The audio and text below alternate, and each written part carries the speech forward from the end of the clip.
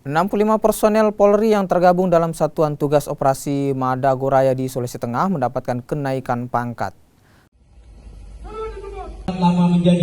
Kenaikan pangkat bagi 65 personel Polri tersebut diberikan sebagai bentuk penghargaan di Hari Bayangkara ke-75.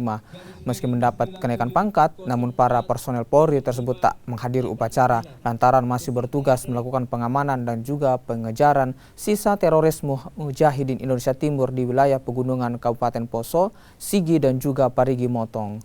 Saat ini, operasi Madagoraya masih dilakukan. Para personel gabungan TNI Polri diberi target hingga bulan Agustus untuk mengejar sisa DPO teroris Mujahidin Indonesia Timur.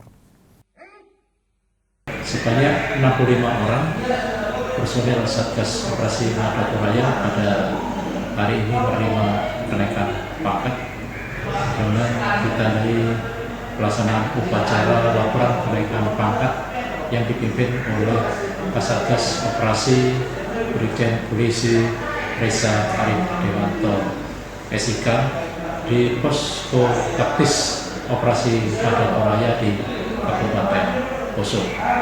Pada hari ini 65 orang tidak bisa bergabung di dalam operasi kenaikan pangkat di kesatuan masing-masing dikarenakan masih melaksanakan tugas operasi Satgas Madagoraya di Kabupaten